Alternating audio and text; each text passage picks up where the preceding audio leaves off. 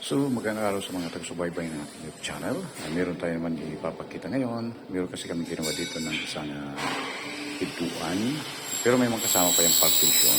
Pero dito tayo muna sa pintuan. Pakita lang natin dito paano ba na-mount ito, ano bang ginamit ng materials para makabuo tayo ng pintuan. Yung nakakabit na talaga. So, una muna tayo doon sa hinges. Yan. Yung hinges kasi, yan yung design ng hinges natin. Tawagan niyo yung butterfly hinges. Yan. Butt hinges. So, yan. Minsan linalagay lang natin yung dalawa. May isa pa. Yan. And then, tabi ng hinges, yun yung accessories yan. Tapos meron naman tayo ditong doorknob. So, almost dalawa lang naman ito. Lever type. Yan. So, dito kasi manual na lang yan. Yan, yung ito. Dinalak. Lock yan.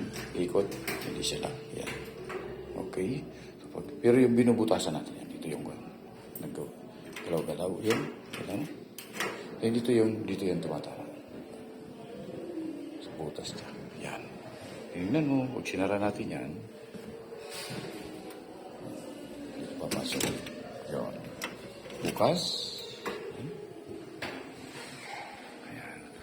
So, pero yung pinakang main frame na yan, hindi kami pa naitatanong, yan yung 1-in-3-4-5-4, yan yung pinakang buong paikot. Then yung nakaipit ng glass, yan, snap-on base with cover o SOBC, tinatawag. Pero yung glass na, ginagamit namin dyan 6mm. So yung 6mm kasi enough na, so standard na siya. So medyo hindi nahirapan yung hinges. Kaya minsan yun yung ginagamit. May nagtatanong kasi yan, ba't daw 6mm yun? Kasi yung standard, 6mm talaga. Okay? Then, para hindi makita yung distansya niya, naglalagay kami rito ng pinakang stopper. Yan, ito. Stopper yan. Paikot yan. Baba. Yan. Stopper. Makita niyo, medyo mag-isa na. Stopper, paikot. Yan, paikot. Yan. 1/2 by 1. Yan, half by 1 yan. Dito tayo yan.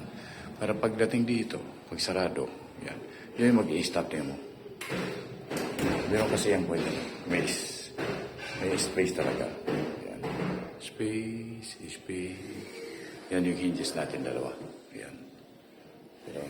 So ito yung itong stopper, ito yung parang shield. Yan. Open. Open. Thank you for watching. Bye-bye.